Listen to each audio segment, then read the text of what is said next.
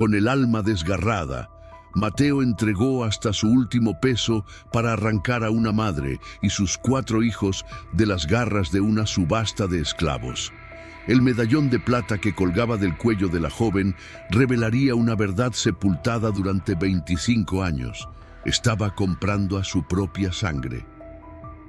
En las vastas tierras del norte de México, donde el desierto se desplegaba como un manto dorado y los coyotes cantaban al abrigo de la noche, vivía un hombre cuya sombra se había vuelto tan alargada como su leyenda. Mateo Hernández, un cazador de 60 inviernos, llevaba la soledad tatuada en el alma y el peso de los recuerdos grabado en cada arruga de su rostro curtido por el sol. El viento gélido de diciembre azotaba su cabaña de adobe y madera, construida con sus propias manos en lo alto de una colina, desde donde podía divisar kilómetros a la redonda. Un refugio austero que había sido testigo silencioso de sus pesadillas, de los fantasmas que lo visitaban cada noche con la puntualidad de las estrellas. Aquella mañana de 1879, Mateo se despertó antes del alba, como era su costumbre. El frío se colaba por las rendijas de las ventanas, mordiendo su piel con dientes invisibles. Se levantó con el cuerpo rígido, protestando por los años de cacería y noches a la intemperie. Encendió el fuego en la chimenea con movimientos precisos, mecánicos, aprendidos tras décadas de supervivencia en tierras hostiles. «Otro día más», murmuró a la nada, a los espectros de su pasado que se negaban a abandonarlo. Su voz, áspera como corteza de árbol viejo, resonó en el silencio de la cabaña. Su único compañero, un perro mestizo de pelaje grisáceo al que llamaba Sombra, levantó la cabeza desde su rincón junto al fuego, mirándolo con ojos que parecían entender el peso invisible que su amo cargaba. Mateo se pasó una mano por la barba entrecana mientras observaba por la ventana cómo el sol comenzaba a pintar el horizonte con tonos rojizos y dorados. Hoy debía bajar al pueblo de Santa Rosa, un asentamiento pequeño, a mediodía de camino. Necesitaba vender las pieles que había acumulado durante meses y abastecerse para el invierno que prometía ser uno de los más crudos que recordaba. Preparó un café amargo en una olla desportillada, mascando un trozo de pan duro. Sus manos, grandes y callosas, sostenían la taza con una delicadeza que contrastaba con su apariencia tosca. Esas mismas manos que habían disparado con precisión mortal, que habían desollado animales y construido refugios, que alguna vez habían acunado a una pequeña niña de rizos oscuros y sonrisa luminosa, Isabel, su hija, la niña que había perdido junto con su esposa, Lucía, 25 años atrás, durante un ataque de bandidos a la diligencia en que viajaban. Mateo cerró los ojos con fuerza, intentando expulsar el recuerdo que lo acuchillaba como cada mañana. La búsqueda desesperada, los cuerpos de los viajeros y del conductor, la sangre sobre las piedras. Pero nunca encontró a su familia entre los muertos. Nunca hubo certeza, solo la ausencia infinita y la esperanza que, con los años, se marchitó como una flor sin agua. «Vamos, Sombra», dijo, colocándose su sombrero de ala ancha y su abrigo de piel gastado. «El pueblo nos espera». El camino hacia Santa Rosa serpenteaba entre colinas áridas y cactus que se alzaban como guardianes silenciosos del desierto. Mateo cabalgaba a paso constante, con las pieles bien atadas a la grupa de su caballo. Un semental negro llamado Tormenta. El aire frío le cortaba las mejillas, pero él apenas lo notaba, acostumbrado a las inclemencias del clima y de la vida. A medida que se acercaba al pueblo, notó algo inusual. Más caballos y carretas de lo habitual para un día ordinario. Santa Rosa Era un asentamiento pequeño, principalmente habitado por mineros, comerciantes y familias que intentaban arrancarle vida a la tierra sedienta. Pocas veces había tanto movimiento, excepto durante las fiestas patronales o cuando llegaba algún circo ambulante. Al entrar en el pueblo, la actividad era evidente. Hombres de aspecto rudo, algunos con el polvo del camino aún adherido a las ropas, se dirigían hacia el viejo almacén abandonado a las afueras. Mateo frunció el ceño, intrigado. Con un leve golpe de talón, dirigió a Tormenta hacia la cantina El Coyote Sediento, donde Joaquín, el cantinero, solía saber todo lo que ocurría en kilómetros a la redonda. «Mateo Hernández», exclamó Joaquín al verlo entrar, con una sonrisa que revelaba un diente de oro. «Hacía tiempo que no bajabas de tu montaña. ¿Qué te trae por aquí, viejo amigo?» «Lo de siempre», respondió Mateo, apoyando los codos en la barra de madera desgastada. «Piles para vender, provisiones para comprar, pero veo que hay movimiento inusual hoy». Joaquín se inclinó hacia adelante, bajando la voz a pesar de que la cantina estaba casi vacía a esa hora temprana. «Es Sebastián Vargas», susurró, con un brillo cauteloso en los ojos. «Ha organizado una subasta especial en el almacén viejo». El nombre cayó como una piedra en el estómago de Mateo. Sebastián Vargas, un comerciante sin escrúpulos que controlaba gran parte del contrabando en la región fronteriza. Mateo había cruzado caminos con él un par de veces en el pasado y cada encuentro le había dejado un sabor amargo en la boca. «¿Qué tipo de subasta?», preguntó, aunque algo en su interior ya anticipaba la respuesta. «De todo», respondió Joaquín, limpiando un vaso con un trapo que alguna vez fue blanco. «Licor de contrabando, armas. Y dicen que esta vez trae mercancía especial del sur, personas, Mateo, indígenas y mestizos capturados en las montañas de Chiapas». Mateo sintió que la sangre se le helaba en las venas. El comercio de esclavos, aunque oficialmente abolido décadas atrás, seguía operando en las sombras, alimentado por la codicia y la impunidad. «Pensé que esas prácticas habían terminado», dijo con voz grave, apretando el vaso de whisky que Joaquín le había servido sin que lo pidiera. «Tú y yo sabemos que en estas tierras las leyes son como el agua en el desierto, escasas y a menudo espejismos», respondió el cantinero con amargura. «La subasta comienza al mediodía. La mayoría de los compradores son capataces de haciendas lejanas o dueños de minas que buscan mano de obra barata. Nadie hace preguntas, nadie cuenta lo que ve». Mateo asintió en silencio, sintiendo como un fuego antiguo que creía extinguido comenzaba a arder nuevamente en su pecho. La indignación, la rabia contra la injusticia, que una vez lo había llevado a empuñar armas en defensa de los inocentes, mucho antes de que la tragedia lo convirtiera en un hombre roto, refugiado en la soledad de las montañas. Tras vaciar su vaso de whisky de un solo trago, Mateo pagó a Joaquín y salió de la cantina con paso decidido. El sol ya estaba alto en el cielo, calentando apenas el aire gélido de diciembre. En la calle principal el movimiento había aumentado.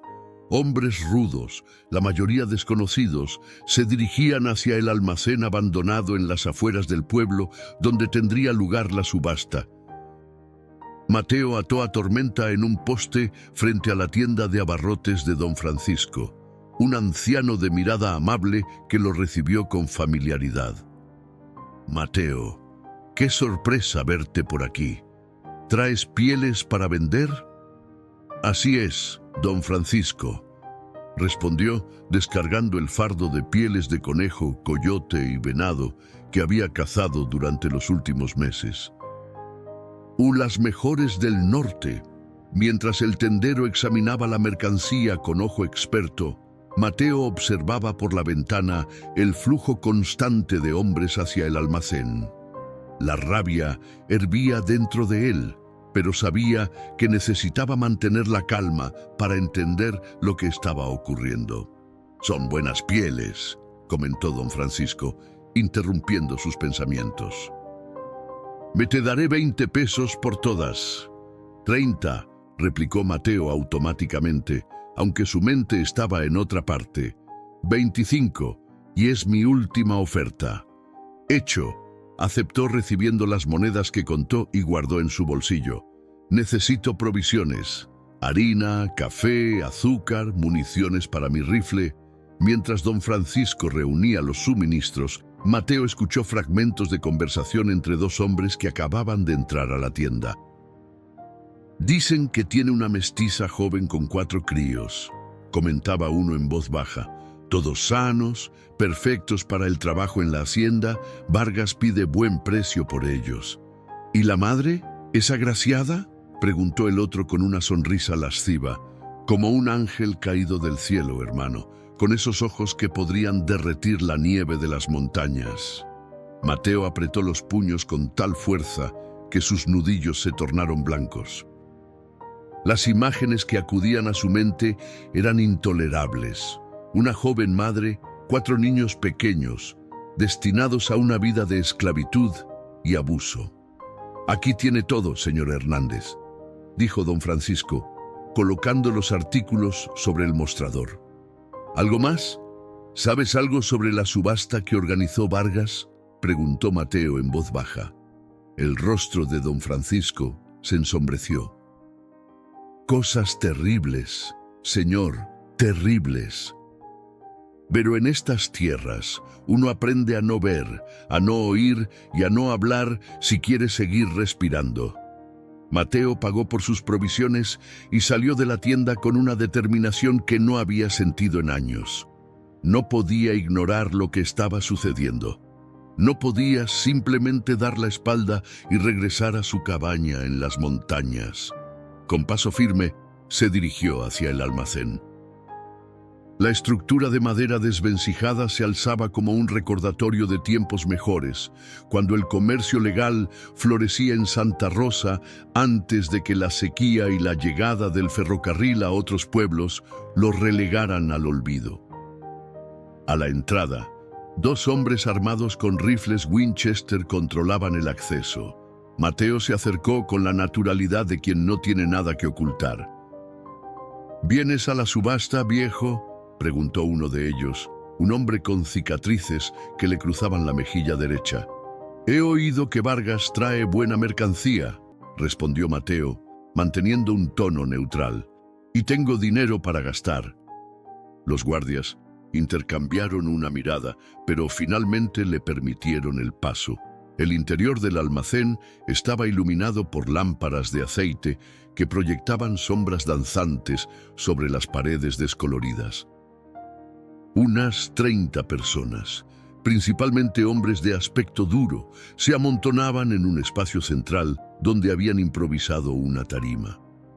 Sebastián Vargas, un hombre corpulento vestido con ropa fina, que contrastaba con el entorno decrépito, dirigía el evento con la frialdad de quien vende ganado.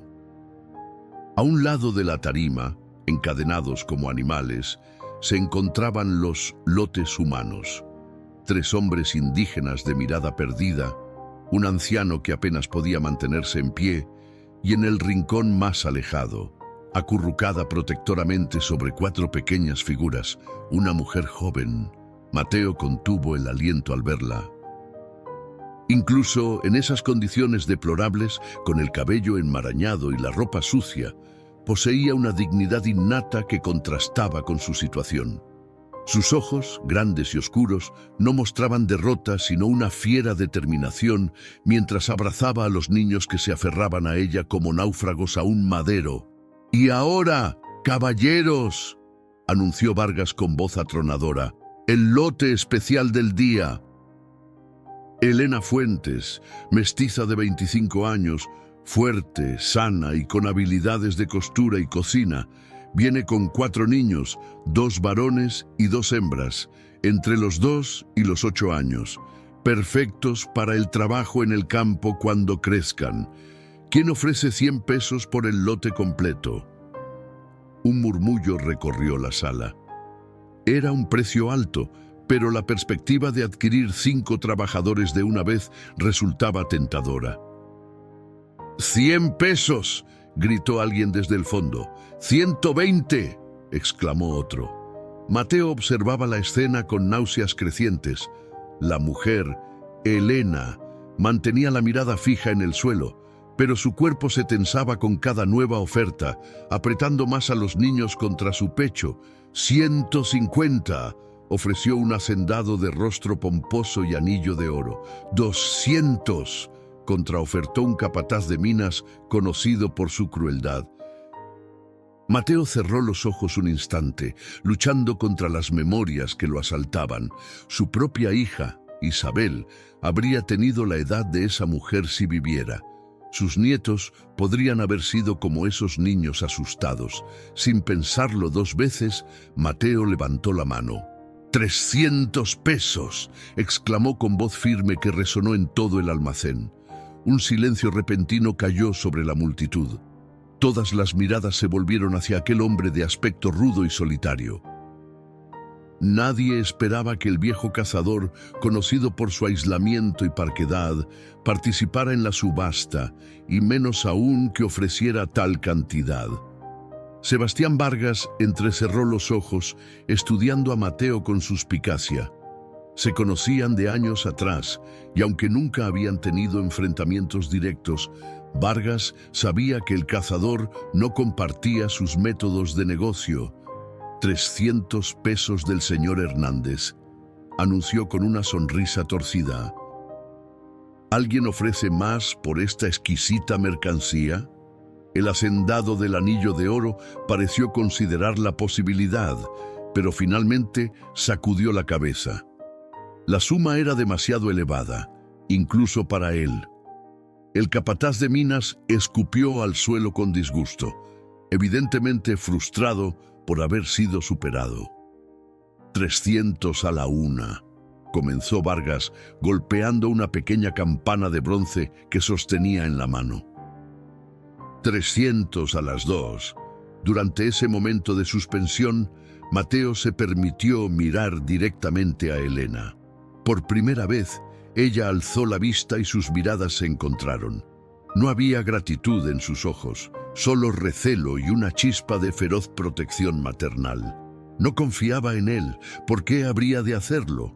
Para ella simplemente era otro comprador, otro hombre que la veía como propiedad.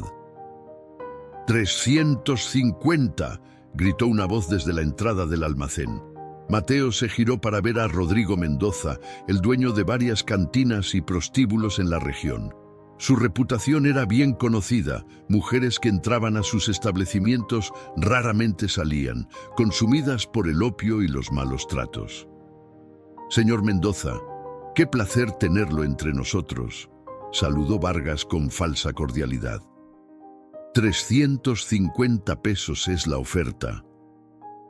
«¿Alguien da más?». Mateo sintió que la sangre le hervía en las venas. Sabía exactamente qué destino le esperaba a Elena si Mendoza la adquiría. Sus manos se deslizaron hacia los bolsillos, contando mentalmente el dinero que llevaba. Los 25 pesos de las pieles, más los ahorros de varios años de trabajo. Tenía que ser suficiente. 400 pesos, declaró con voz seca. Un murmullo de asombro recorrió la sala. Esa cantidad era una fortuna para un cazador solitario. Mendoza le dirigió una mirada cargada de odio. 450. Mateo apretó los dientes. 500 pesos. Era todo lo que tenía, hasta el último centavo ahorrado durante años de soledad y trabajo duro. El rostro de Mendoza se contorsionó en una mueca de frustración, pero finalmente hizo un gesto despectivo con la mano y se dio la vuelta. No valía la pena tanto dinero. Habría otras mujeres, otras oportunidades. 500 pesos a la 1, a las 2 y a las 3, exclamó Vargas, golpeando la campana por última vez. Vendidos a Mateo Hernández. Puede pasar a pagar y reclamar su propiedad. Mateo se acercó a la mesa, donde Vargas contaba el dinero con avidez. Mientras extraía hasta la última moneda de sus bolsillos, sintió una mezcla de alivio y angustia.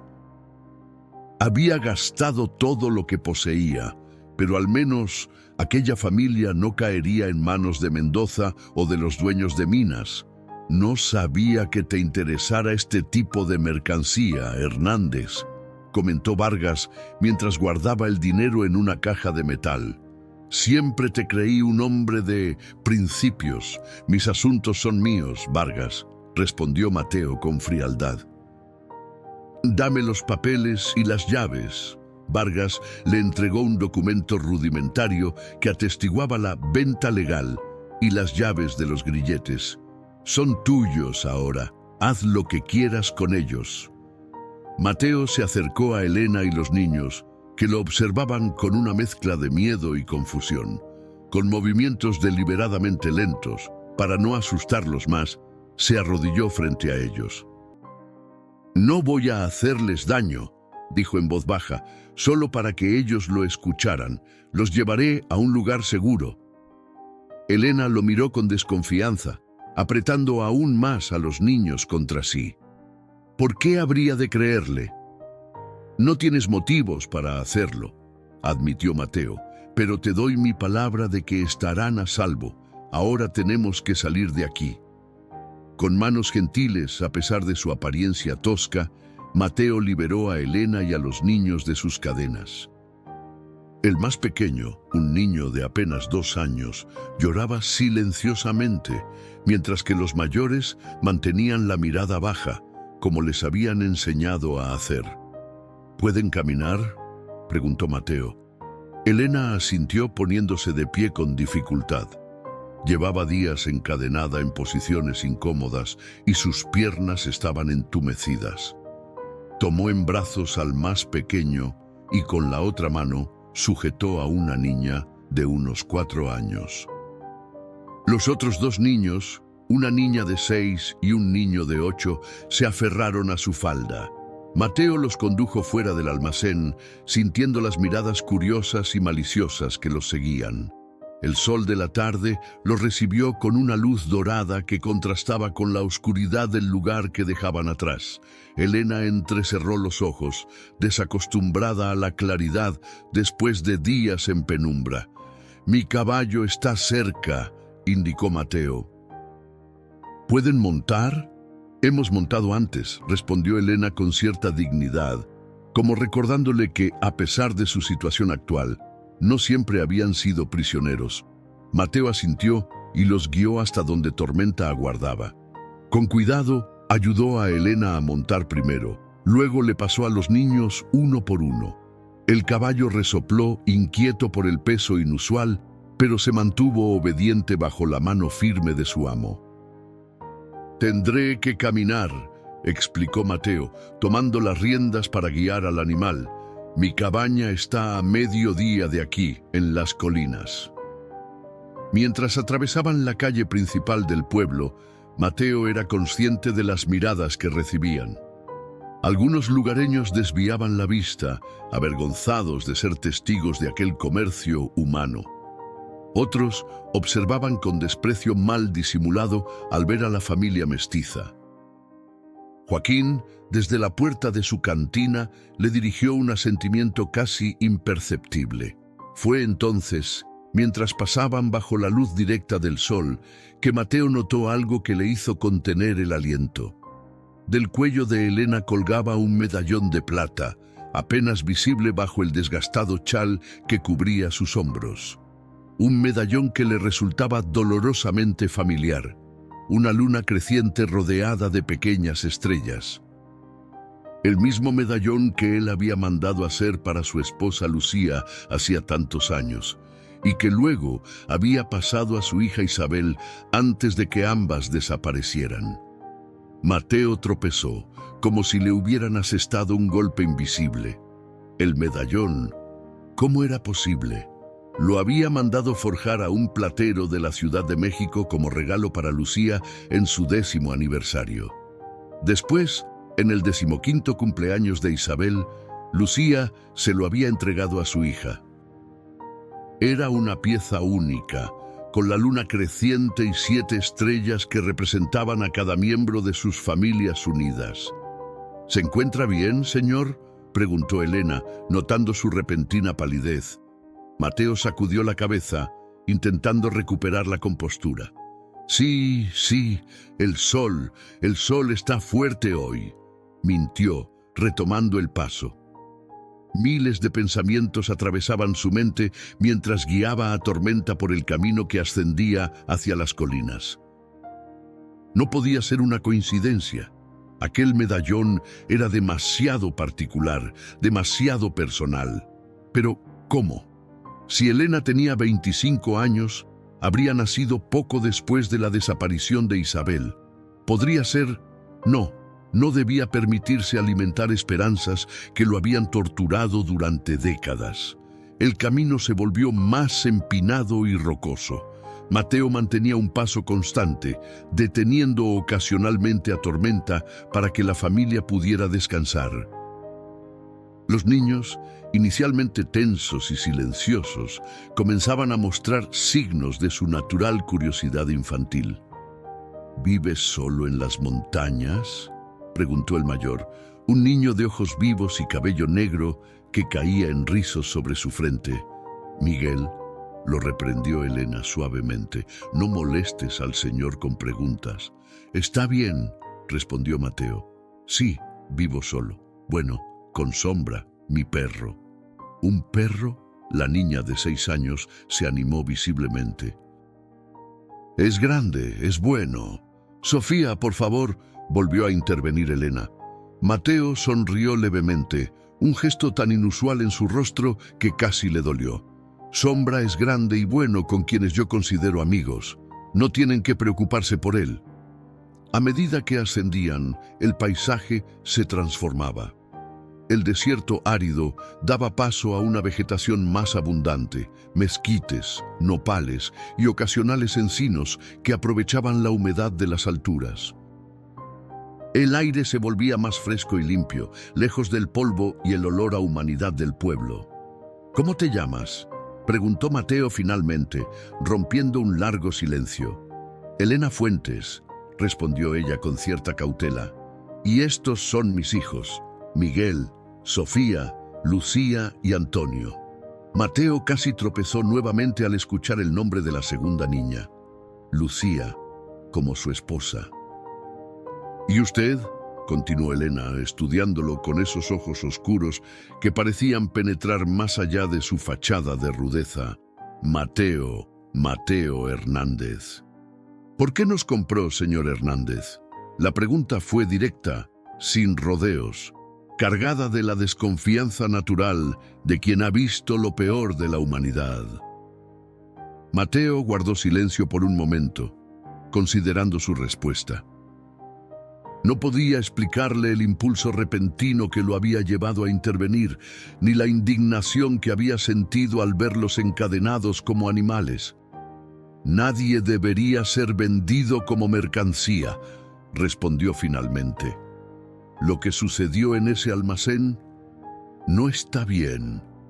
Sin embargo, usted pagó por nosotros. Para liberarlos, aclaró Mateo. No soy dueño de nadie. En cuanto estén recuperados y seguros, pueden irse donde deseen. Elena lo miró con sorpresa, como si estuviera evaluando la sinceridad de sus palabras. ¿Por qué habríamos de creerle? No tienen por qué hacerlo ahora. El tiempo lo demostrará. A media tarde, llegaron a un arroyo cristalino que descendía entre las rocas.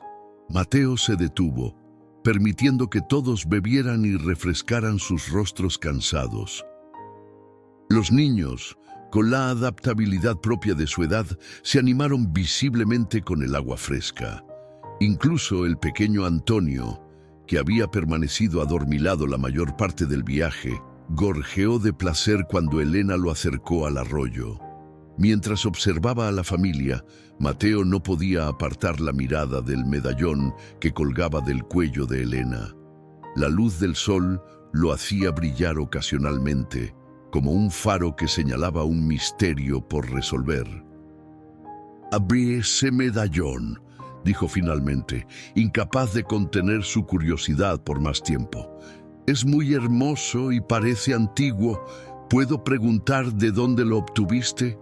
Elena instintivamente llevó la mano al colgante, como protegiéndolo.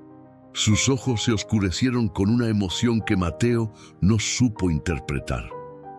«Era de mi madre», respondió con voz queda. «Lo único que me dejó antes de morir. ¿Tu madre?» Mateo sintió que el corazón le latía con fuerza en el pecho. ¿Cómo se llamaba? Elena dudó, claramente incómoda con el repentino interés en su historia familiar. «Isabel», dijo finalmente. «Isabel Fuentes. Murió cuando yo tenía 8 años». Isabel. El nombre cayó sobre Mateo como un relámpago en cielo despejado. Isabel, el mismo nombre de su hija perdida. El medallón que había pertenecido a su familia. Una joven que tendría aproximadamente la edad correcta para ser hija de su Isabel si hubiera sobrevivido. «¿Estás bien, señor?», preguntó Miguel, notando la palidez que había vuelto al rostro del cazador. Mateo asintió mecánicamente, incapaz de articular palabras. Su mente era un torbellino de posibilidades, de esperanzas dolorosamente resucitadas después de décadas de luto. «Deberíamos continuar», dijo finalmente con voz ronca por la emoción contenida. «Falta poco para llegar a la cabaña y el sol se pondrá pronto». Mientras retomaban el camino, Mateo luchaba por mantener la compostura. No podía permitirse sacar conclusiones precipitadas, ni abrumar a Elena con preguntas que sin duda la alarmarían. Necesitaba tiempo, paciencia. Necesitaba ganarse su confianza. El sol comenzaba a ocultarse tras las montañas cuando finalmente llegaron a la cabaña de Mateo. La estructura de adobe y madera se erguía solitaria en un claro rodeado de encinos y pinos jóvenes, con una vista privilegiada del valle que se extendía abajo. El humo de una chimenea que se había apagado esa mañana aún se elevaba perezosamente en el aire frío. Sombra salió a recibirlos, ladrando con entusiasmo al reconocer a su amo. Al ver a los extraños montados en Tormenta, el perro se detuvo, gruñendo levemente con desconfianza. «Quieto, Sombra», ordenó Mateo con firmeza. «Son amigos». El animal se calmó inmediatamente, aunque mantuvo una distancia prudente, estudiando a los recién llegados con curiosidad. Mateo ayudó a Elena y a los niños a desmontar. Todos parecían agotados después del largo viaje, especialmente los pequeños. Antonio se había quedado dormido en brazos de su madre, mientras que Lucía se frotaba los ojos con cansancio. Miguel y Sofía, sin embargo, observaban con interés la cabaña y sus alrededores. «No es mucho», dijo Mateo con cierta torpeza, «pero estarán seguros aquí». Abrió la puerta y los invitó a pasar. El interior era austero pero ordenado. Una mesa de madera con 4 sillas, una chimenea de piedra, estantes con provisiones y 2 puertas que conducían a habitaciones separadas. Las paredes estaban decoradas con pieles curtidas y astas de venado, testigos silenciosos de años de cacería. «Siéntense, por favor», indicó Mateo, señalando las sillas mientras él se apresuraba a encender el fuego en la chimenea. «Mateo, preparé algo de comer en cuanto caliente la cabaña». Elena se sentó con Antonio aún dormido en su regazo. Los otros niños se acurrucaron junto a ella, mirando alrededor con una mezcla de curiosidad y recelo. La cabaña era muy diferente a cualquier lugar donde hubieran estado antes, pero al menos ofrecía refugio del frío creciente. «¿Vive solo aquí, señor Hernández?», preguntó Sofía con la inocencia directa de sus 6 años. «Sofía», murmuró Elena, en tono de advertencia. «Está bien», dijo Mateo, concentrado en avivar las llamas. Sí, vivo solo, desde hace mucho tiempo. ¿No tiene familia?, insistió la niña.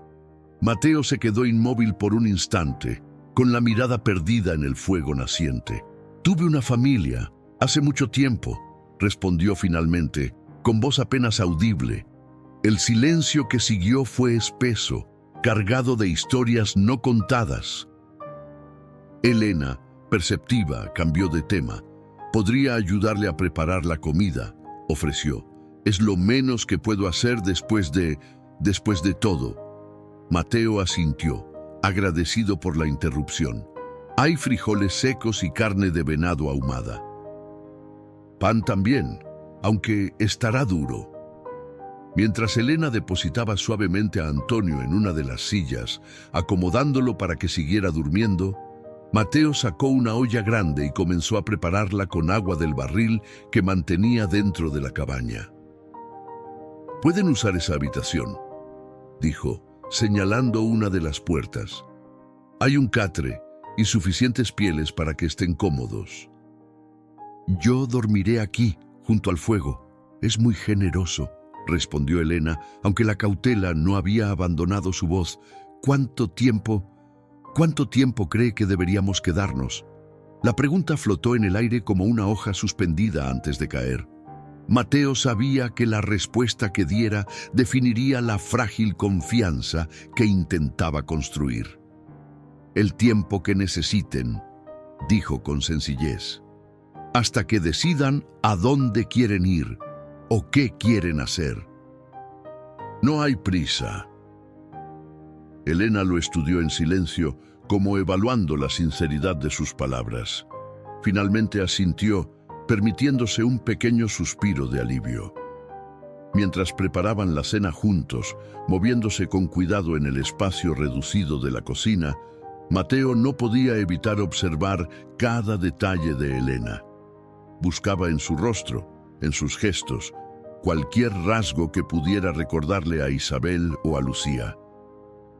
La forma en que inclinaba ligeramente la cabeza al concentrarse, el modo en que sus manos se movían con precisión al cortar las verduras, incluso su perfil iluminado por el fuego, todo parecía evocar fantasmas de su pasado. Y siempre, su mirada volvía al medallón que colgaba del cuello de la joven. La cena fue sencilla pero abundante. Un guiso espeso de frijoles con carne de venado, pan remojado en la salsa para ablandarlo, y té de hierbas silvestres que Mateo recolectaba durante sus cacerías. Los niños comieron con el apetito voraz de quienes han conocido el hambre, mientras que Elena tomaba bocados pequeños como si aún no confiara completamente en la situación. «Está muy rico, señor», dijo Miguel entre cucharadas. «Mejor que lo que nos daban antes». Elena le dirigió una mirada de advertencia, pero Mateo respondió con naturalidad: «Me alegra que te guste. Hay suficiente para repetir si quieres». A medida que la cena avanzaba, la tensión inicial comenzó a disolverse ligeramente. Antonio despertó y, después de un momento de confusión, aceptó la comida que su madre le ofrecía. Lucía, la niña de 4 años, inicialmente tímida, comenzó a hacer preguntas sobre el perro, que se había acostado cerca de la puerta, vigilante. «¿Puedo acariciarlo?», preguntó con voz suave. «Claro», respondió Mateo. «Sombra, ven». El perro se acercó obedientemente. Mateo tomó la mano de Lucía con gentileza y la guió para que acariciara el lomo del animal. La niña soltó una risita cuando Sombra movió la cola, complacido por la atención. «Le agradas», comentó Mateo. «Eso es buena señal. Sombra sabe reconocer a las buenas personas». Esa simple interacción pareció romper algo en la atmósfera. Sofía y Miguel también se acercaron a acariciar al perro y pronto las risas infantiles llenaron la cabaña, un sonido que esas paredes no habían conocido en décadas. Elena observaba la escena con una mezcla de alivio y cautela. Sus hijos, que habían pasado semanas en condiciones terribles, ahora reían y jugaban como los niños que eran. Pero la pregunta permanecía: ¿cuánto duraría esta seguridad inesperada? Cuando los pequeños comenzaron a mostrar signos de cansancio, Elena los llevó a la habitación que Mateo les había asignado. El cazador escuchó su voz suave, arrullándolos, cantando una nana en voz baja que, curiosamente, le resultaba familiar. Era una melodía que Lucía solía cantar a Isabel, una canción transmitida en su familia por generaciones. Otro indicio, otra coincidencia que parecía demasiado precisa para ser casual. Cuando Elena regresó a la sala principal, encontró a Mateo sentado junto al fuego con la mirada perdida en las llamas. Por un momento, dudó entre regresar con sus hijos o unirse al hombre que los había salvado, pero cuyas intenciones aún no comprendía del todo. «Deberías descansar también», dijo Mateo, percibiendo su presencia. «Ha sido un día largo».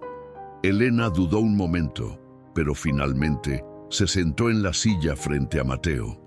Las llamas danzaban en la chimenea, proyectando sombras que se movían como espectros sobre las paredes de adobe. El silencio entre ellos era como un tercer ocupante en la habitación, pesado, pero no del todo incómodo. «Gracias», dijo ella finalmente, con voz queda. «Por lo que hizo hoy. No sé qué habría sido de nosotros si...» «No tienes que agradecerme», la interrumpió Mateo suavemente.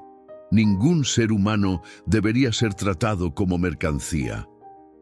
Elena bajó la mirada hacia sus manos, marcadas por años de trabajo duro. Hay muchos que no piensan así. Para ellos, personas como nosotros solo somos herramientas. Mateo asintió en silencio. Conocía bien la crueldad del mundo. Había visto suficiente en sus 60 años de vida para saber que la maldad humana no tenía límites. Pero también había visto destellos de bondad, incluso en los lugares más oscuros. «¿Puedo preguntarte cómo?» comenzó, eligiendo cuidadosamente sus palabras. «¿Cómo terminaron en esa situación?» Elena levantó la vista. Sus ojos oscuros reflejaban el baile del fuego. Parecía estar evaluando cuánto podía confiar en este extraño que los había salvado. «Vivíamos en un pequeño pueblo cerca de Oaxaca», dijo finalmente. «Después de que mi esposo, Rafael, muriera de fiebre hace 2 años, me quedé sola con los niños. Era difícil, pero nos arreglábamos. Yo cosía para las familias del pueblo, cuidaba algunos huertos, teníamos lo suficiente». Hizo una pausa y Mateo esperó pacientemente, sin presionarla. «Hace un mes llegaron hombres armados. Decían que el terreno donde estaba nuestra casa ahora pertenecía a un hacendado de la región. Nos dieron un día para marcharnos». Su voz se endureció con el recuerdo. «Intenté explicarles que ese terreno había pertenecido a la familia de mi esposo por generaciones, pero no quisieron escuchar». «¿Qué pasó después?», preguntó Mateo, aunque podía imaginar el resto de la historia. «Nos resistimos. No teníamos a dónde ir. La noche siguiente volvieron, incendiaron la casa mientras dormíamos». Elena cerró los ojos, como si pudiera ver las llamas nuevamente. «Apenas pudimos escapar con vida. Huimos al bosque, pero nos siguieron, y luego nos capturaron. Dijeron que el precio de nuestra rebeldía sería la esclavitud». Mateo sintió que la rabia volvía a arder en su pecho. Era una historia que había escuchado demasiadas veces. Los poderosos aplastando a los débiles, robando tierras, destruyendo vidas con impunidad. «Lo siento», dijo simplemente, porque no había palabras que pudieran aliviar semejante injusticia. Elena asintió, agradeciendo silenciosamente su empatía. «Tú ahora dígame, señor Hernández», dijo, cambiando sutilmente el tono, ¿Por qué un hombre que vive solo en las montañas, que parece valorar su soledad, gastaría todo su dinero en salvar a una familia de extraños? La pregunta era directa, casi desafiante. Mateo admiró su franqueza, su valentía para cuestionar incluso a quien la había salvado. «Yo también perdí a mi familia», respondió después de un momento. «Hace mucho tiempo. ¿Qué le sucedió?». Mateo respiró profundamente, mirando las llamas como si en ellas pudiera ver el pasado. «Mi esposa Lucía y mi hija Isabel viajaban en una diligencia desde la Ciudad de México hasta Santa Fe. Yo debía encontrarme con ellas allí. Estaba trabajando como guía para unos comerciantes americanos». Su voz se volvió más grave, cargada de un dolor antiguo pero aún vivo. «La diligencia fue atacada por bandidos en el camino. Cuando llegué al lugar, había cuerpos, la carreta destruida, todo robado, pero nunca encontré a mi esposa ni a mi hija entre los muertos». Elena lo miró con una mezcla de compasión y algo más, una especie de reconocimiento. «Las busqué durante años», continuó Mateo. «Recorrí cada pueblo, cada ciudad, pregunté a cada viajero. Algunos decían que habían visto a mujeres cautivas llevadas hacia el sur, otros que habían muerto en el ataque y sus cuerpos habían sido arrastrados por el río crecido. Nunca supe la verdad». «¿Cuánto tiempo hace de eso?», preguntó Elena, su voz apenas un susurro. 25 años. Elena llevó inconscientemente la mano al medallón que colgaba de su cuello. El gesto no pasó desapercibido para Mateo. «Ese medallón», dijo, intentando mantener un tono casual a pesar de que su corazón latía con fuerza. «Mencionaste que era de tu madre». «Sí», respondió ella, acariciando la pieza de plata con ternura. «Era su posesión más preciada. Me dijo que nunca me separara de él, que me protegería. ¿Te contó de dónde lo obtuvo?». Elena negó con la cabeza. «Mi madre hablaba poco de su pasado. Sé que había sufrido mucho. A veces la encontraba llorando en silencio, mirando a la nada. Cuando le preguntaba, solo decía que había cosas demasiado dolorosas para recordar». Hizo una pausa, como considerando si debía continuar. «Lo único que me contó fue que el medallón se lo había dado su madre y que representaba las estrellas que guían a los viajeros perdidos de regreso a casa». Mateo contuvo el aliento. Esa era exactamente la historia que Lucía le había contado a Isabel cuando le entregó el medallón. Una historia familiar, pasada de generación en generación. «¿Puedo verlo?», pidió, con la voz temblorosa por la emoción contenida. Elena dudó, pero finalmente se quitó el medallón y lo colocó en la palma abierta de Mateo. El objeto brillaba a la luz del fuego. La luna creciente y las 7 estrellas pulidas resplandecían como si acabaran de ser forjadas. Con dedos temblorosos, Mateo le dio la vuelta. Allí, grabadas en la parte posterior, estaban las iniciales que él mismo había pedido al platero. L, H, I, H, Lucía Hernández e Isabel Hernández.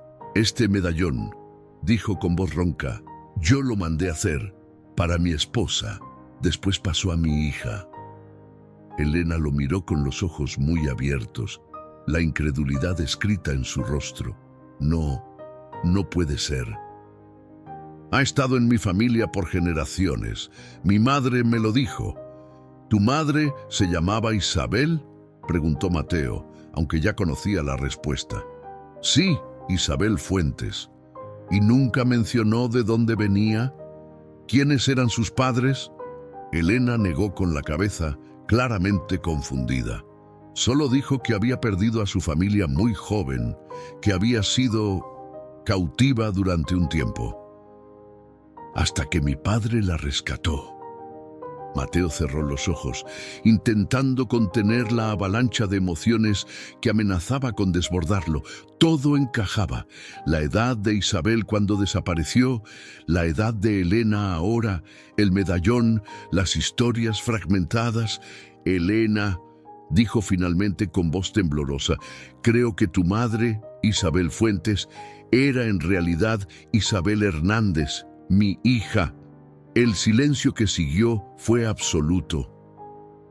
Incluso el crepitar del fuego parecía haberse atenuado, como si la naturaleza misma contuviera el aliento ante la magnitud de aquella revelación.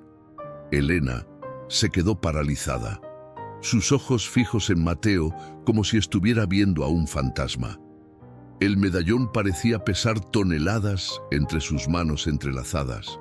Su respiración se volvió superficial, irregular, mientras intentaba procesar lo que acababa de escuchar. No, murmuró finalmente, sacudiendo la cabeza. No puede ser, es imposible. Las iniciales, insistió Mateo suavemente, señalando el reverso del medallón. L, H, E, I, H, Lucía Hernández e Isabel Hernández, mi esposa y mi hija. Lo mandé a hacer en la Ciudad de México, con un platero llamado Guillermo Vega. La luna y las 7 estrellas representaban a cada miembro de nuestras familias unidas. Elena tomó el medallón de vuelta, examinándolo como si lo viera por primera vez. Sus dedos trazaron las iniciales grabadas que, en todos estos años, nunca había notado realmente. Mi madre nunca habló de esto, dijo con voz temblorosa. Nunca mencionó, nunca dijo que su apellido fuera Hernández. Tenía 8 años cuando desapareció, explicó Mateo, la emoción ahogando su voz. Quizás, después de lo que vivió, después de ser capturada, olvidó partes de su pasado. O quizás era demasiado doloroso recordar. Ella dijo que había sido rescatada por mi padre, murmuró Elena, más para sí misma que para Mateo, que él la encontró cuando escapaba de unos hombres malos, que la protegió. Mateo asintió lentamente. ¿Cómo era tu padre? Rafael Fuentes. Era un hombre bueno, trabajador, un agricultor con un pequeño terreno cerca de Oaxaca.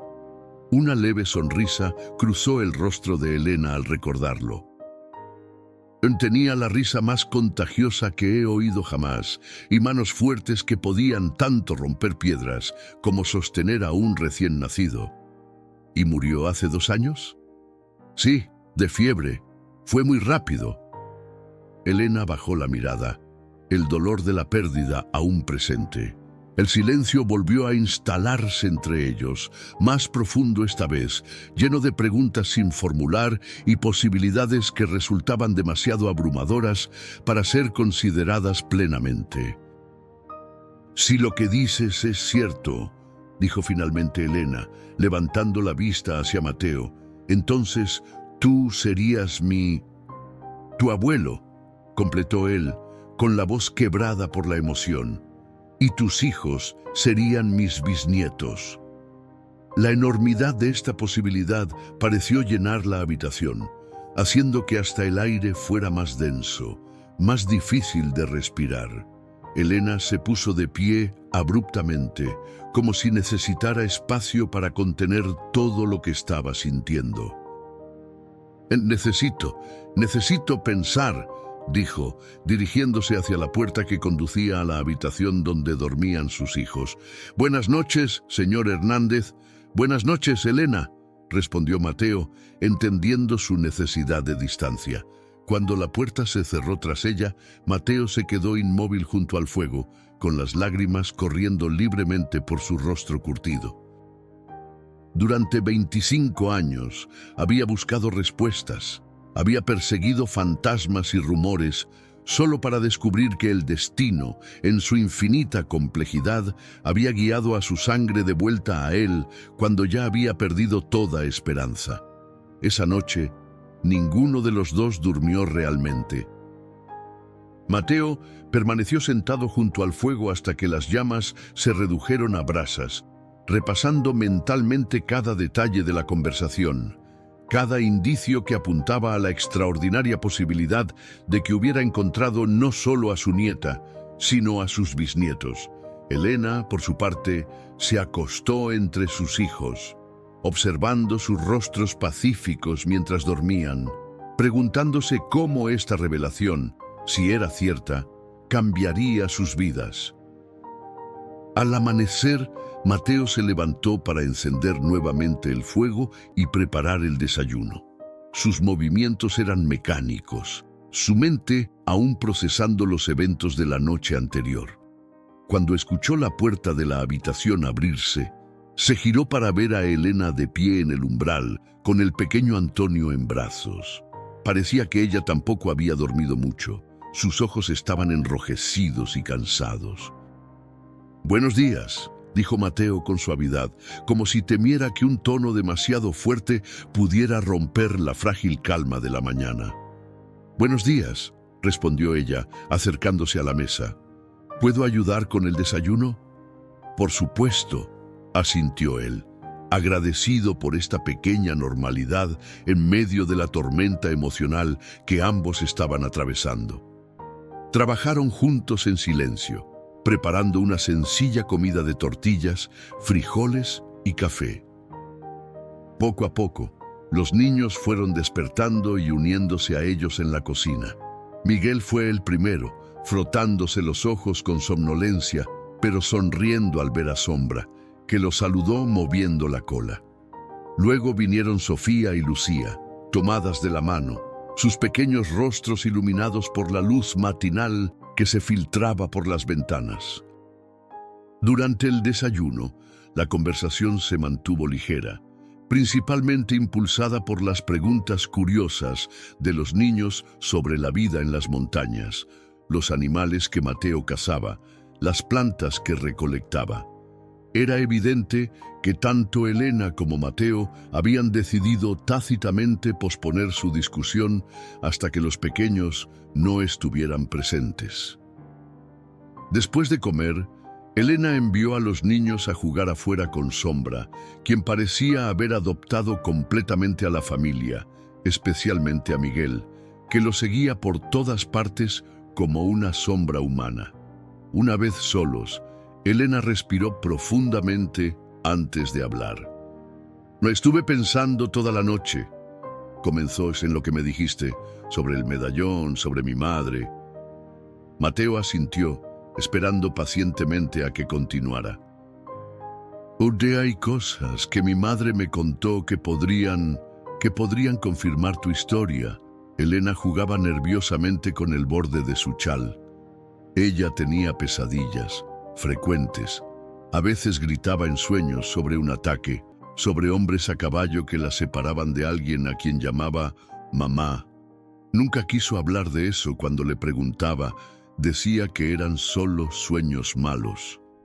«El ataque a la diligencia», murmuró Mateo, sintiendo un nudo en la garganta. «Y había canciones», continuó Elena, «canciones que me cantaba de pequeña. Decía que no recordaba dónde las había aprendido, pero que la hacían sentir segura, protegida. ¿Recuerdas alguna?», preguntó Mateo, inclinándose hacia adelante con anticipación. Elena cerró los ojos un momento, como buscando en su memoria, y luego comenzó a cantar suavemente: «Luna de plata, guía mi camino, llévame a casa donde el amor me espera».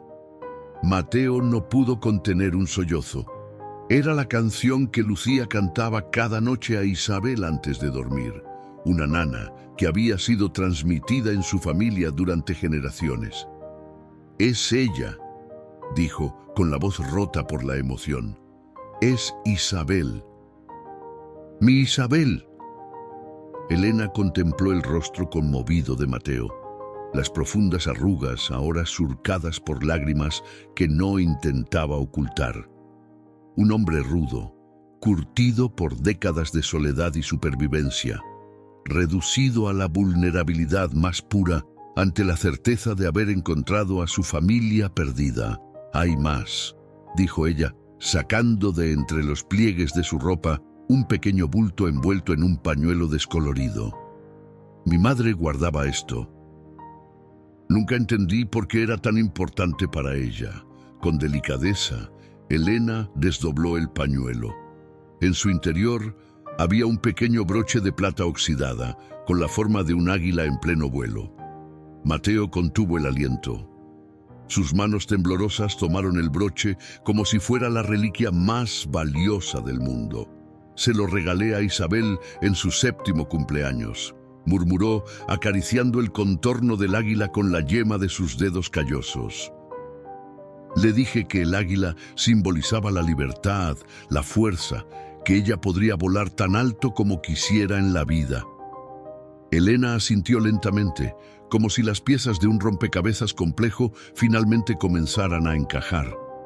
Ella solía decir algo parecido cuando yo era pequeña, que debía ser fuerte como el águila, libre como el viento.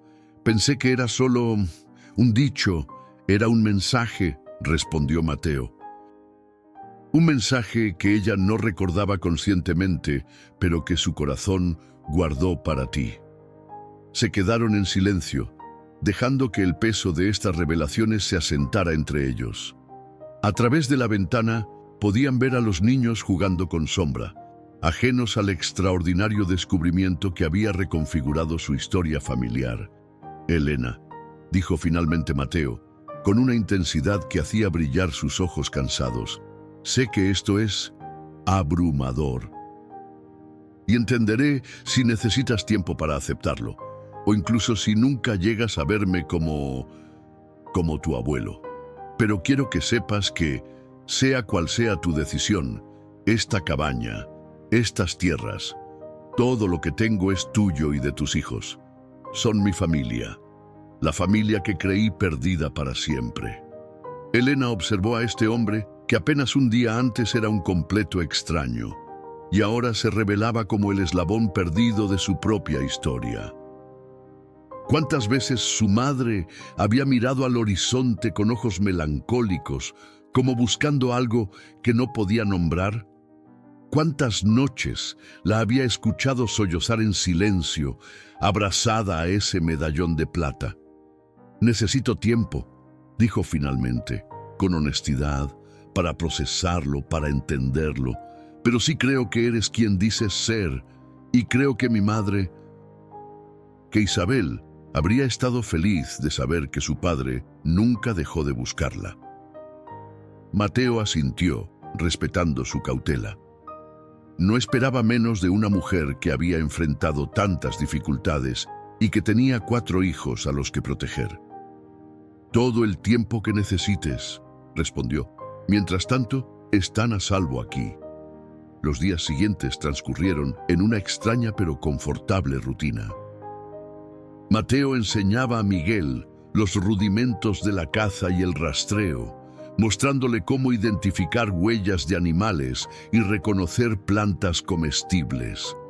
El niño, ávido de conocimiento y hambriento de una figura masculina tras la muerte de su padre, absorbía cada lección con entusiasmo. Sofía y Lucía ayudaban a Elena con las tareas domésticas, pero también pasaban horas explorando los alrededores de la cabaña, maravilladas por la libertad que representaba este espacio abierto después del confinamiento que habían sufrido. El pequeño Antonio, por su parte, comenzaba a dar sus primeros pasos, animado por Mateo, quien le había tallado un pequeño caballito de madera que el niño arrastraba orgullosamente por toda la cabaña. Elena observaba estos cambios con una mezcla de gratitud y cautela. La bondad de Mateo era evidente, pero años de desconfianza no se desvanecían en unos pocos días. Por las noches, cuando los niños dormían, ella y Mateo conversaban junto al fuego. Él le contaba historias de Isabel cuando era pequeña, de Lucía, de la vida que habían tenido juntos. Ella, a su vez, compartía retazos de su infancia con Isabel como madre, las enseñanzas que le había transmitido, los valores que le había inculcado. Poco a poco, El retrato de la Isabel perdida iba tomando forma entre ambos, como un puente que los unía a través del tiempo y la tragedia. Una mañana, mientras Mateo enseñaba a Sofía a recolectar hierbas medicinales cerca del arroyo, el ladrido alarmado de Sombra rompió la paz del bosque. El perro, que estaba con Miguel explorando una madriguera de conejos, corría hacia ellos con el pelo del lomo erizado. «¡Alguien viene!», dijo Mateo, tensándose inmediatamente. «Sofía, corre a la cabaña, avisa a tu madre». La niña obedeció sin dudar, mientras Mateo tomaba su rifle y se dirigía hacia donde Miguel aguardaba, paralizado por el miedo. «¿Qué pasa?», preguntó el niño con voz temblorosa. «No lo sé aún», respondió Mateo, agudizando el oído, «pero quédate detrás de mí».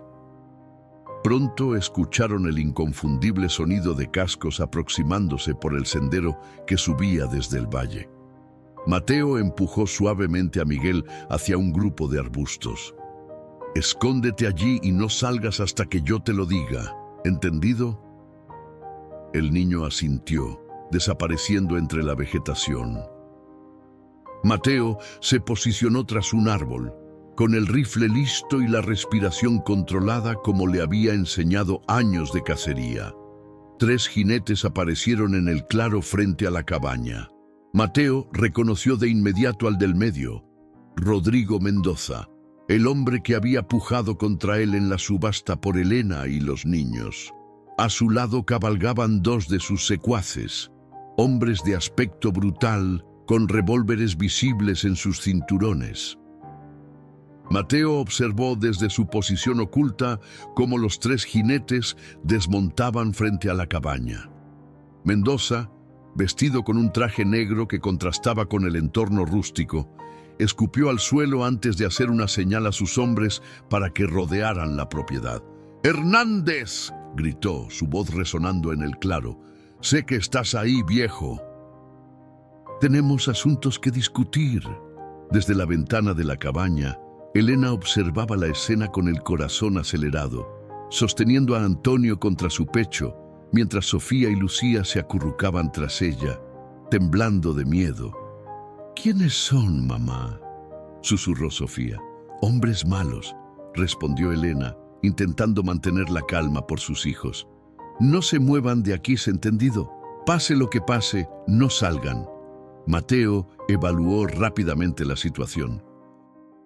Mendoza y sus hombres estaban armados, pero él tenía la ventaja de conocer el terreno. Podría dispararles desde su posición, pero eso solo provocaría más violencia y pondría en mayor peligro a la familia. No, necesitaba manejar esto de otra manera. Con una decisión tomada, Mateo salió de su escondite, manteniendo el rifle visible, pero apuntando hacia el suelo. «Mendoza», dijo con voz firme, avanzando lentamente hacia el claro. «No eres bienvenido en mi propiedad». El hombre se giró hacia él con una sonrisa torcida. «Vaya, vaya, el ermitaño de la montaña aparece». Sus ojos oscuros brillaban con malicia. «Vengo por lo que me pertenece, Hernández». «Aquí no hay nada tuyo», respondió Mateo, deteniéndose a una distancia prudente. «Diferimos en eso». Mendoza señaló hacia la cabaña con un gesto casual. «La mujer y los críos debieron ser míos en la subasta. La subasta terminó, pagué un precio justo». «¿Justo?». Mendoza soltó una carcajada que hizo que Sombra gruñera amenazadoramente. 500 pesos por 5 piezas es un robo. Pero no vengo a discutir de negocios, vengo a hacer un trato». «No hay trato posible», respondió Mateo, apretando el rifle con más fuerza. Mendoza chasqueó la lengua con fingida decepción. «Pensé que eras un hombre razonable». «Te ofrezco 1000 pesos por ellos, el doble de lo que pagaste. Un buen negocio, ¿no te parece?». Mateo sintió que la rabia crecía en su interior como una tormenta, pero mantuvo la compostura. Este hombre veía a Elena y a los niños como mercancía, como objetos para satisfacer sus deseos más oscuros. «Te sugiero que montes en tu caballo y te marches», dijo con una calma que apenas contenía su furia. Ahora. La sonrisa de Mendoza se desvaneció, reemplazada por una expresión de fría determinación. Me temo que no puedo hacer eso, viejo. Verás, tengo un comprador importante en Chihuahua que pagará muy bien por esa familia, especialmente por la mujer. Los dos secuaces de Mendoza se habían posicionado estratégicamente a ambos lados, sus manos cerca de las armas que llevaban en los cinturones. La tensión en el aire era tan densa que casi podía cortarse con un cuchillo. Dentro de la cabaña, Elena tomó una decisión desesperada. No podía permitir que Mateo enfrentara solo a esos hombres, no después de todo lo que había hecho por ellos. Con determinación, depositó a Antonio en brazos de Sofía. «Cuídalo», dijo en voz baja. «Escóndanse bajo la cama y no salgan hasta que yo o el abuelo vengamos a buscarlos». Las palabras salieron naturalmente, sin que ella misma se diera cuenta de que había llamado abuelo a Mateo por primera vez. Con una última mirada a sus hijos, Elena tomó un cuchillo de caza de la pared y se dirigió a la puerta. Fuera, la situación se deterioraba rápidamente.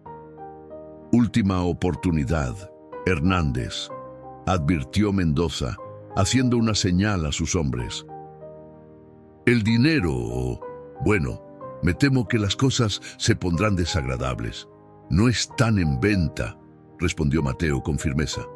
«Ni por 1,000 pesos, ni por 10,000. No son mercancía, Mendoza. Son personas, son mi familia».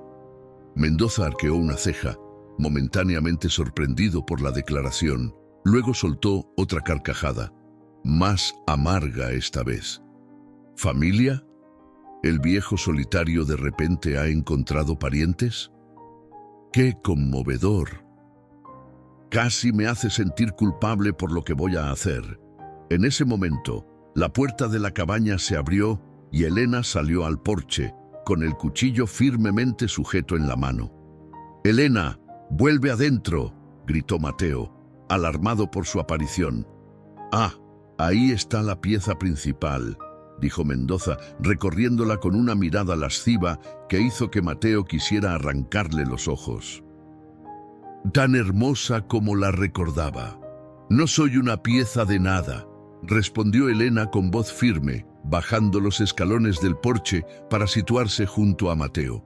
«Y este hombre es mi abuelo, mi familia. No iré a ninguna parte con ustedes». Mendoza pareció momentáneamente desconcertado por la afirmación, pero se recuperó rápidamente. «¿Su abuelo? Vaya mentira más patética. ¿Acaso crees que nací ayer, mujer?» «Es la verdad», intervino Mateo. «Elena es mi nieta, hija de mi hija Isabel, que fue secuestrada hace 25 años. Y esos niños son mis bisnietos, mi sangre. Me conmueven con su pequeña historia familiar improvisada», se burló Mendoza, aunque una sombra de duda cruzó su rostro. «Pero me temo que los negocios son los negocios. Vendrán conmigo, lo quieran o no». Los dos secuaces desenfundaron sus revólveres simultáneamente, pero Mateo ya estaba preparado. Con la velocidad y precisión de un cazador experimentado, levantó su rifle y disparó, alcanzando a uno de ellos en el hombro. El hombre gritó de dolor, dejando caer su arma y tambaleándose hacia atrás. El segundo secuaz apuntó hacia Mateo, pero antes de que pudiera disparar, un proyectil silbó en el aire, impactando en su mano. El revólver cayó al suelo mientras el hombre aullaba, sujetándose la muñeca sangrante. Mateo se giró, sorprendido, para ver a Miguel emergiendo de los arbustos con una honda en la mano, el rostro tenso pero decidido. El niño había desobedecido su orden de permanecer escondido, pero su intervención había sido providencial. Mendoza, al ver a sus hombres heridos y a sus planes desmoronándose, desenfundó su propio revólver y apuntó directamente a Elena. «Si no puedo tenerla, nadie la tendrá», gritó con rabia. Todo ocurrió en un instante.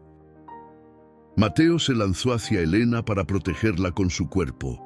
Miguel corrió hacia su madre con un grito desesperado, y desde el bosque circundante sonaron varios disparos simultáneos. Mendoza se quedó inmóvil, con los ojos muy abiertos por la sorpresa. Su revólver cayó al suelo con un ruido sordo, seguido por su propio cuerpo que se desplomó como un saco vacío. Mateo, Elena y Miguel permanecieron paralizados, observando el cuerpo inmóvil de Mendoza.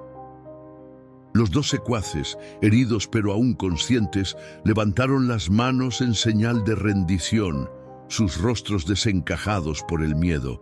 «¡No disparen!», gritó uno de ellos. «¡Nos rendimos!». Del bosque emergieron 5 jinetes, todos con rifles humeantes. A la cabeza cabalgaba un hombre de mediana edad con uniforme de las rurales, la Policía Rural Mexicana.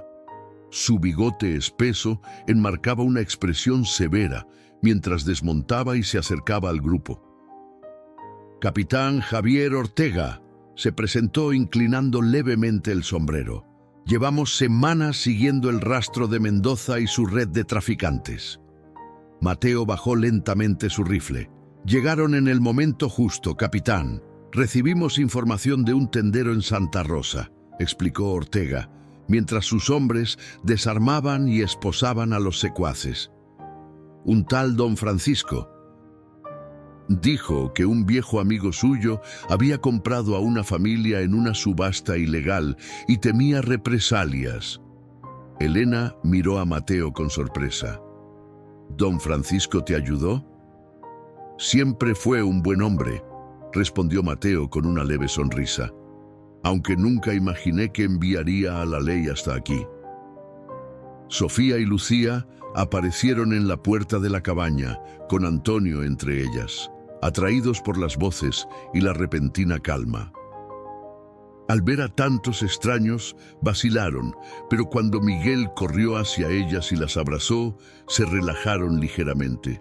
«Están a salvo ahora», les aseguró su hermano mayor. «Son policías buenos».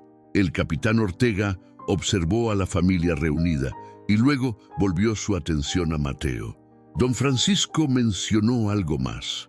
Dijo que esta familia podría ser la suya, señor Hernández». «Algo sobre una hija perdida hace muchos años». Mateo asintió, colocando una mano sobre el hombro de Elena. «Mi nieta y mis bisnietos. El destino obra de maneras misteriosas, capitán». Ortega pareció evaluar la situación, observando a Elena y los niños, notando quizás el parecido en ciertos rasgos, la forma de los ojos, la curva de la sonrisa. «Necesitaremos su declaración sobre lo ocurrido hoy», dijo finalmente, «y sobre la subasta. Vargas lleva demasiado tiempo operando con impunidad en la región. Tendrá todo lo que necesite», aseguró Mateo. Mientras los rurales se llevaban los cuerpos y a los prisioneros, la familia se reunió en el porche de la cabaña. El sol comenzaba a descender, bañando las montañas con una luz dorada que parecía un símbolo de esperanza después de la tormenta. Esa noche, cuando los niños finalmente se durmieron, agotados por las emociones del día, Elena encontró a Mateo sentado junto al fuego, contemplando las llamas con expresión pensativa. «Gracias», dijo ella, sentándose a su lado, «por arriesgar tu vida por nosotros hoy». Mateo negó suavemente con la cabeza. «No tienes que agradecerme.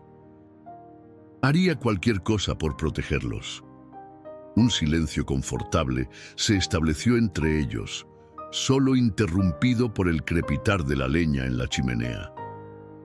«Estuve pensando», dijo finalmente Elena, «en lo que dijo el capitán Ortega, sobre tener que declarar contra Vargas». «Sí», asintió Mateo, «es importante que esos hombres paguen por lo que han hecho, por todas las familias que han destruido». «Lo sé. Y quiero hacerlo». Elena respiró profundamente antes de continuar, pero después Después me gustaría que volviéramos aquí, si la oferta sigue en pie. Mateo la miró con sorpresa, casi sin atreverse a creer lo que escuchaba. ¿Quieres quedarte? ¿Todos ustedes? Este es nuestro hogar ahora, respondió ella con sencillez. Aquí es donde pertenecemos. Con nuestro abuelo. La palabra resonó en la cabaña como una bendición, haciendo que los ojos de Mateo se humedecieran nuevamente. Nada me haría más feliz, dijo con voz quebrada por la emoción. Elena sacó el medallón de su cuello y lo sostuvo entre ambos, la plata brillando a la luz del fuego. Mi madre, Isabel, solía decir que este medallón era mágico, que algún día nos guiaría a casa. Nunca entendí lo que quería decir hasta ahora. Mateo extendió la mano tocando suavemente el objeto que había viajado tanto, que había sobrevivido a través de generaciones para, finalmente, completar su propósito. Las estrellas que guían a los viajeros perdidos de regreso a casa, murmuró, repitiendo las palabras que Lucía había enseñado a Isabel tantos años atrás. Elena asintió, con lágrimas silenciosas rodando por sus mejillas. Creo que ella sabía, en algún lugar profundo de su corazón, que algún día encontraríamos el camino de vuelta a ti. En las semanas siguientes, mientras el invierno cedía paso a la primavera, la cabaña en las montañas experimentó una transformación. Mateo construyó 2 habitaciones adicionales para acomodar a la creciente familia. El huerto se expandió bajo el cuidado diligente de Elena y los niños. Miguel aprendía el arte de la caza y el rastreo con la avidez de quien ha encontrado su vocación. Sofía y Lucía recolectaban hierbas y flores, aprendiendo los secretos medicinales que Mateo había acumulado durante décadas. Y el pequeño Antonio daba sus primeros pasos firmes, persiguiendo a Sombra por el patio, su risa infantil llenando el aire como música. Una tarde, mientras Mateo tallaba un nuevo caballito de madera para Antonio, Elena se sentó a su lado con una pequeña caja de latón que había traído del pueblo. «Encontré esto en el mercado», dijo, abriéndola para revelar un juego de herramientas miniatura para tallar madera. «Pensé que podrías enseñarle a Miguel. Tiene tus manos, sabes, fuertes pero precisas». Mateo tomó la caja con reverencia, conmovido por el gesto y por la observación. Era cierto. Miguel había heredado no solo su nombre, sino también sus habilidades, transmitidas a través de generaciones sin que ninguno lo supiera. «Se lo enseñaré todo», prometió, «a todos ellos, todo lo que sé, todo lo que soy». Elena sonrió, esa sonrisa que Mateo ahora reconocía como idéntica a la de Isabel cuando era niña. «Ya lo estás haciendo, abuelo. Ya lo estás haciendo». Y así, en las montañas del norte de México, una familia renacida construía su futuro sobre los cimientos de un pasado recuperado. La cabaña solitaria se había convertido en un hogar lleno de vida, de voces, de historias que se entrelazaban como los hilos de un telar para formar un tapiz completamente nuevo. El medallón de plata, con su luna y sus 7 estrellas, ahora colgaba sobre la chimenea. Su propósito cumplido. Había guiado a los viajeros perdidos de regreso a casa. Había unido lo que el tiempo y la tragedia habían separado. Y Mateo Hernández, el viejo cazador que había pasado 25 años cargando el peso de la pérdida, finalmente había encontrado la paz que creía imposible. Mirando a su familia reunida bajo el cielo estrellado de la noche mexicana, sabía que, a veces, incluso en los páramos más desolados de la desesperanza, los milagros ocurren. A veces, contra todo pronóstico, el amor encuentra su camino de regreso a casa.